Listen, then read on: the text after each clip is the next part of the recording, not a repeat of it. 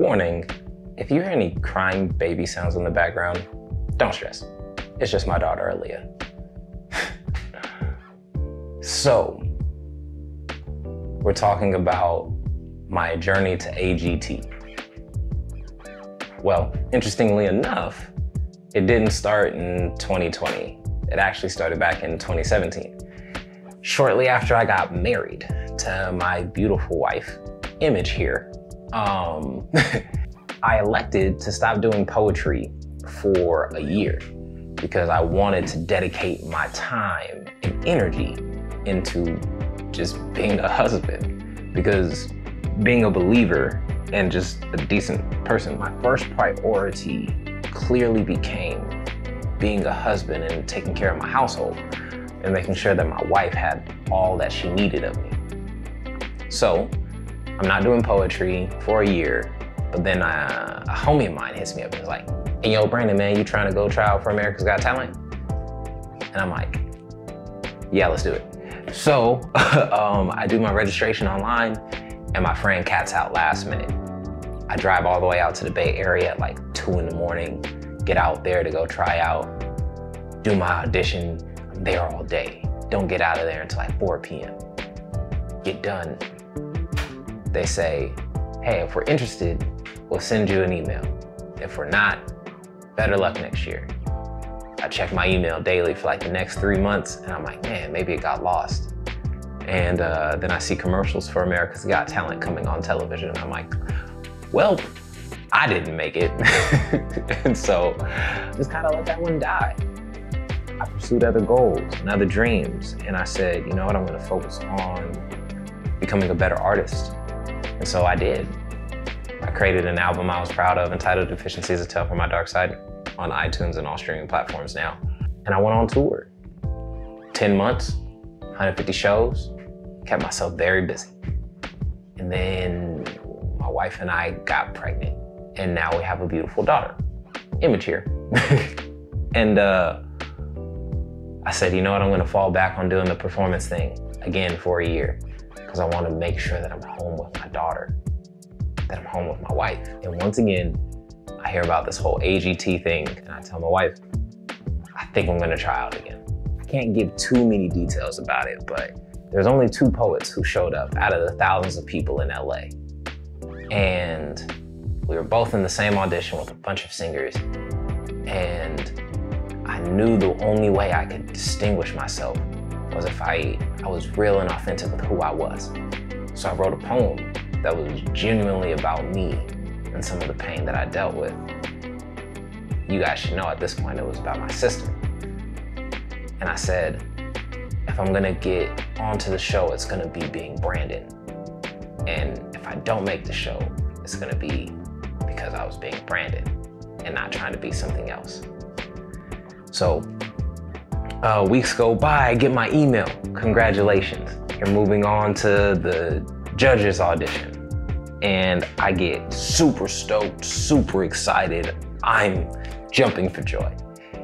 And I get nervous because I'm like, man, what poem should I do next? Like, is the poem I did before good enough? Like, then they start talking about wardrobe. I'm like, I gotta think about what I'm gonna wear, and all this other stuff just keeps running through my mind. And my wife comes up to me and she says, Brandon, you're good enough. You are good enough. You got this. And so I'm scheduled to go out there on a Monday in March. Super stoked for it. Got my outfits planned, got some like particular merch made just for that. I get a phone call from my producer and he says, hey, yo, Brandon, you gotta get here tomorrow because of this whole Corona thing. And I'm like, okay. I drive out to LA. My car breaks down on the Grapevine, headed south. I barely make it to my hotel at like 2 in the morning, day of, sleep for like 3 hours, wake up and go do shooting. While we're there shooting, we're hearing all these things about potential shutdowns. Stuff might go completely left. We might not be able to record today. And I'm like, I drove all the way to LA I drove all the way to LA to do this. I will be damned if I cannot perform. And thank God I did. I got my chance to go up there and perform in front of those judges. No audience, as you guys saw. Behind stage too was just so quiet because of everything going on and how much anxiety there was about what was happening in the world. I stepped up there nervous because I looked at that as like, this is my opportunity to show the world what I got. And I have to seize this moment.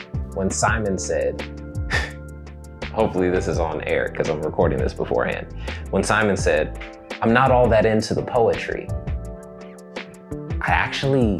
my nerves melted away.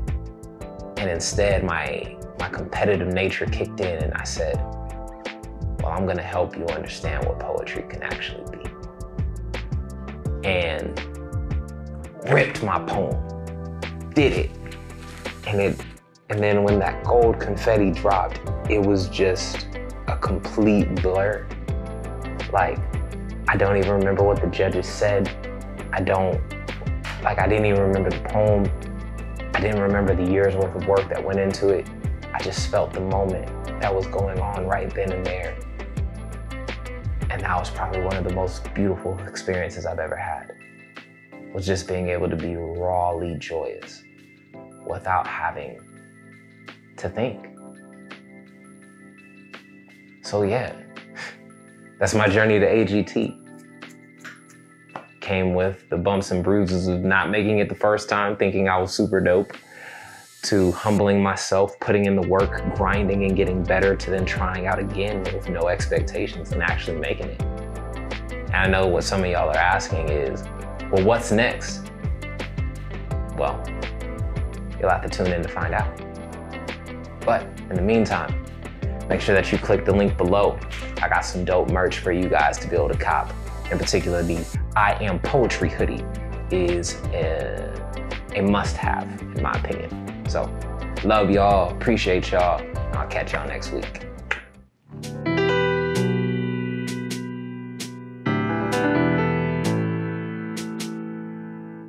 Ba, ba, ba, ba, ba.